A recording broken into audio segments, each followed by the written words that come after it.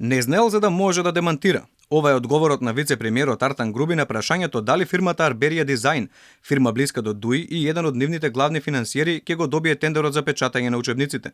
Јавноста веќе добро знае дека тоа е компанијата која има добиено над 60 тендери од власта, а се збогати со уште 100.000 евра за прославата на рамковниот договор, што токму институцијата што Груби ја предводи, ја организираше. Не знам како да демантирам или да потврдам кога не знам, не сум во текстот. Министерството за политички систем кој Груби го предводи, освен организирање рамковни прослави, рекорди по вработување и трошоци од речиси 3 милиони евра за плати, засега не се пофалиле се нити еден друг проект или програма што ги засега останатите етнички заедници.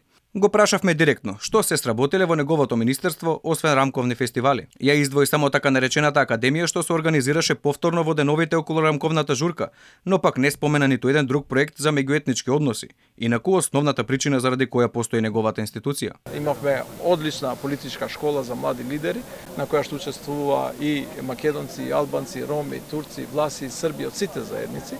Имајќи ја во предвид јавната репутација на Министерството за политички систем и односи со заедниците дека постои само за вдомнување на партиски членови на ДУИ, го прашавме Груби за тоа колку од вработените во неговото министерство се македонци, турци, роми, срби или други. Па не знам затоа што точната процентуална застапеност, затоа што распределбата се деси и се уште е во тек, се уште имаме некои помалку од 100 од тие 1500 кои што беа распределени. Граѓаните и медиумите засега немаат практична можност да го контактираат министерството затоа што единствената адреса за електронска пошта не е функционална, односно не постои. Алфа ТВ уште пред некое време испрати барање за пристап до информации од јавен карактер директно до генералниот секретаријат при владата.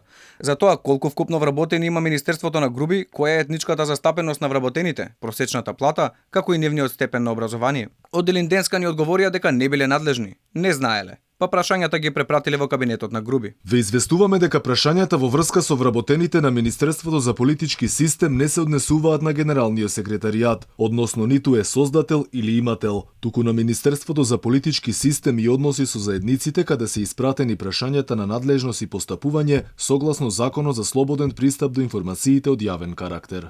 За сега ова министерство останува најенигматичната институција во Македонија, за кое не се знае на што точно ги трошат парите на граѓаните, што точно работат и кого вработуваат.